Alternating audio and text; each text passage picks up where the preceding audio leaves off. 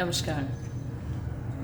तमाम रिश्तों के विकल्प कमोवेश मिल जाते हैं, लेकिन माँ तो एक ही है, अपनी कोख, गोद, आंचल, उंगलियों और प्यारी आवाज़ के साथ। माँ हमारे लिए मानो ईश्वर का साकार रूप है। कितना रोते हैं बच्चे, पैर फेंकते हैं, नोचते हैं, गंदगी से छिलपिल कर देते हैं, लेकिन माँ तब भी पुचकारती हुई गले लगा लेती है।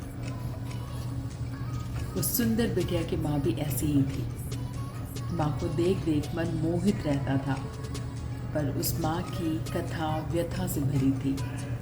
11 बच्चे हुए थे, जिनमें से 4 ही रहे, 7 शैशव काल में छोड़ गए। अक्सर माँ को लगता होगा सब बच्चे साथ होते तो दुनिया कितनी खुशनुमा होती। अभी तो घर और ज़िंदगी के जिस छोर पर देखो कोई ना कोई दाग या दुख उमड़ आता है। दिल भरते ही आंखें बह चलती हैं।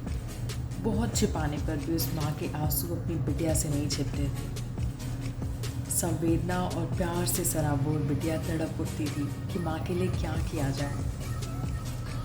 माँ कैसे अपने गम भुला दे। माँ बीमार भी रहती थी, क्यों ना पड़े। अमीर परिवार था, खाने पीने रहने में कोई कमी नहीं थी, लेकिन समाज में महिलाओं के स्वास्थ्य की चिंता कहीं परिदृश्य में नहीं थी। बीमारियों का प्रकोप रह रह कर कहर ढाता था। आधुनिक चिकित्सा विज्ञान खुद शैशव काल में था, तो अनगिनत बच्चे तो छोटी छोटी तकलीफ़ों या बीमारियों में ही दम तोड़ देते थे।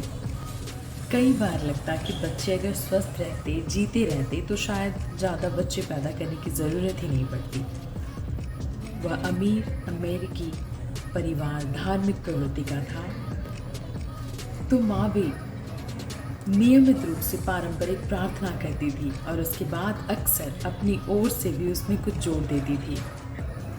शायद ऐसा होता होगा कि पारंपरिक प्रार्थना में पूरा दर्द ना आ पाता हो, अपने दिल की बात कहने के लिए अलग से शब्दों की ज़रूरत पड़ती हो।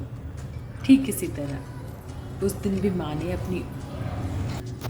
माँ ने प्रार्थना में जोड़ा था, मैं आशा और प्रार्थना करती हूँ कि कोई किसी दिन माँ के बारे में सोचेगा, अपनी माँ के लिए खास दिन मनाएगा। जीवन के हर क्षेत्र में मानवता के लिए माँ द्वारा की जाने वाली अतुलनीय सेवाओं को याद किया जाएगा, जिसकी वह हकदार है। बुदबुदा कर की गई ये प्रार्थना भी उस बिटिया के कानों तक पहुंच गई थी।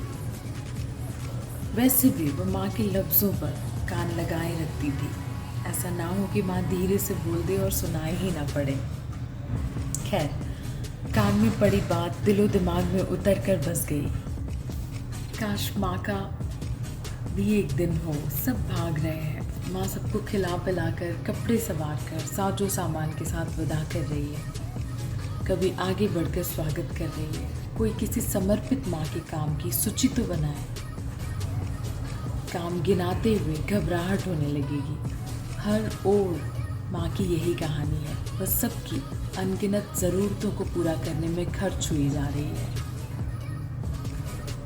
वह बिटिया अपनी माँ की ज़्यादा चिंता करने लगी। माँ के साए की तरह वह जीती रही, अकेली, अविवाहित। जब काम से बाहर जाना हुआ तब भी माँ को खूब पत्र लिखती रही। माँ आखिरी दिनों में जब लाचार हो गई, तब उस बिटिया एना मारिया जार्विस ने उनकी भरपूर सेवा की।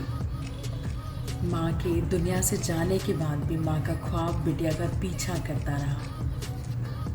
काश माँ के लिए एक दिन होता जब सब माँ की चिंता करते, जब सब माँ के साथ पास रहते, खास तौर पर माँ की तकलीफ सुनते, दुख साझा करते और एक बेहतर परिवार समाज बनाते।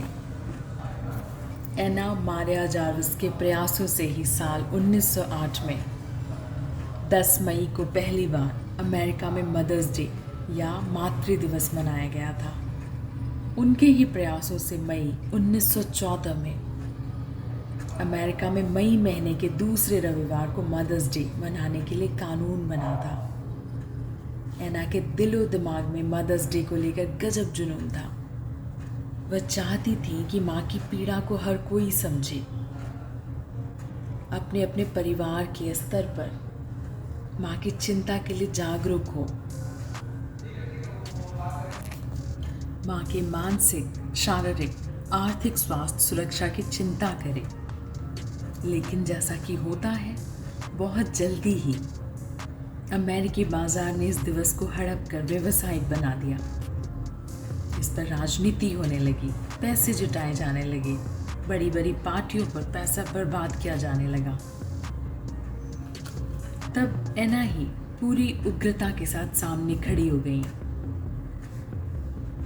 मदर्स डे को बाजारू बनाने पर तुले लोगों को सबक सिखाने के लिए हर संभव उपाय किए। वह चाहती थी कि माँ के लिए कोई दिखावा ना हो।